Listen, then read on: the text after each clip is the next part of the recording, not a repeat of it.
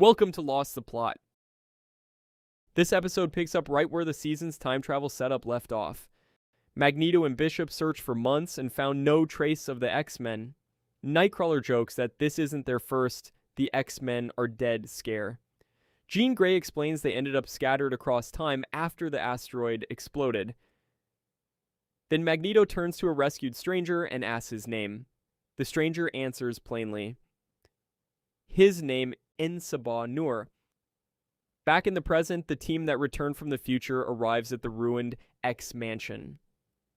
Wolverine notes, "It's not much of a home sweet home anymore. The team that was sent to the past is still missing, and their time bands have gone dark. Cyclops wants to go look for them. Forge argues they have no way to know where or when to look. The longer the missing team stays lost, the more danger there is of the time stream unraveling completely.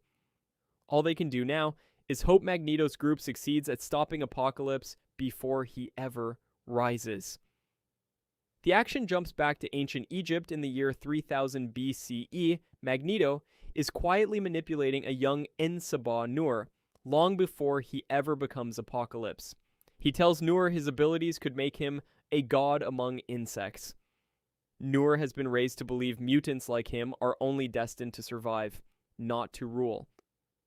Magneto tells him that story was invented by oppressors who fear what he could become.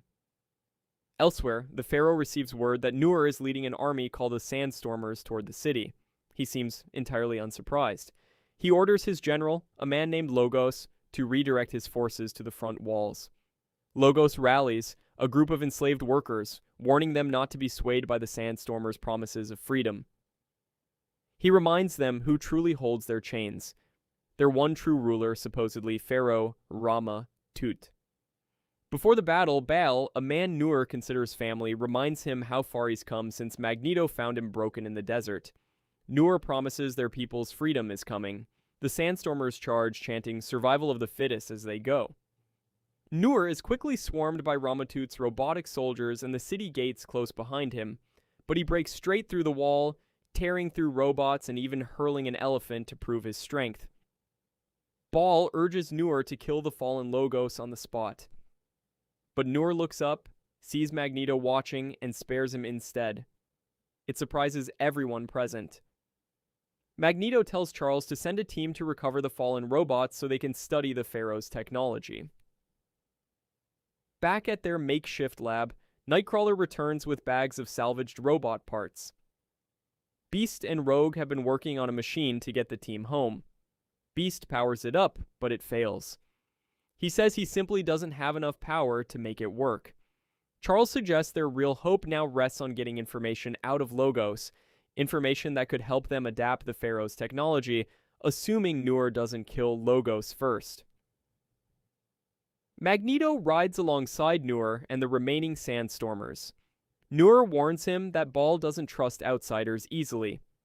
Back at the lab, Nur visits and confesses he's still torn between his growing trust in Magneto and his old instinct to crush anyone who could challenge him. Baal arrives and berates Nur for holding back during the battle instead of finishing the Pharaoh off. Nur cuts the argument short by revealing that Magneto has spoken of a destiny for him, something that immediately catches Charles's attention. Charles confronts Magneto over what he means by Nur's destiny. Magneto's plan turns out to be audacious. He wants Nur to champion Charles's own dream of mutant-human harmony, thousands of years before Charles ever could. Nur wouldn't just be the first mutant. He'd become the first X-Man, and rewrite history in their favor along the way. Charles is horrified at the idea of altering time on that scale without anyone's consent.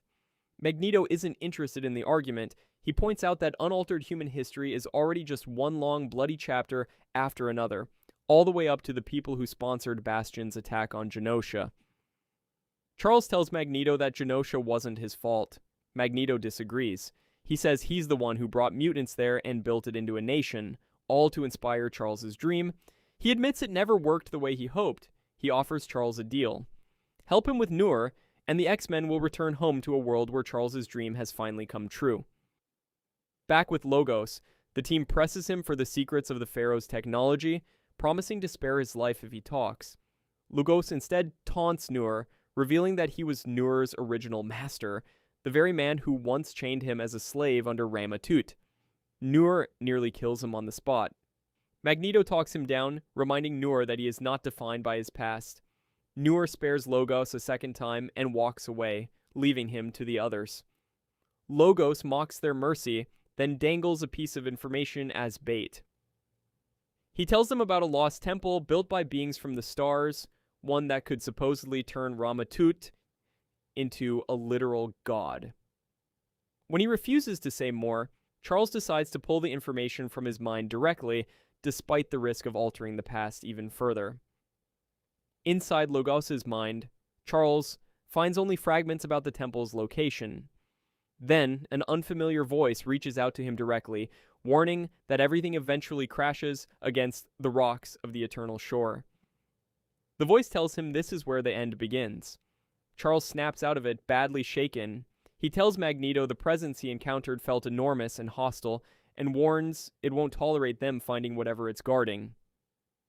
Back at the lab, Baal has found the team's hidden time machine and shown it to Nur, shattering Nur's trust in Magneto completely. The Sandstormers ambush the team.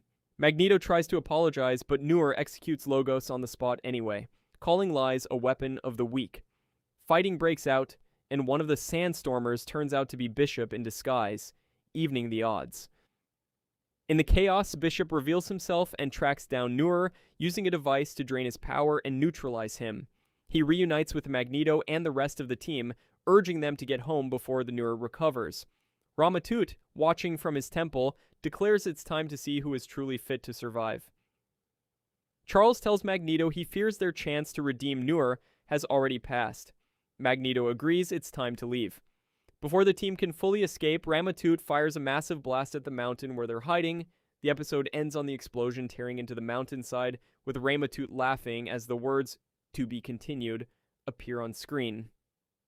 This episode spends less time on action and more on argument, and it's stronger for it. It plays out as a two-hander about whether Apocalypse could have become something else entirely, and about how far Magneto is willing to bend history to prove his point. That question is left hanging quite literally as the season heads into its next chapter. Thanks for watching. Remember to like, subscribe, and hit that notification bell.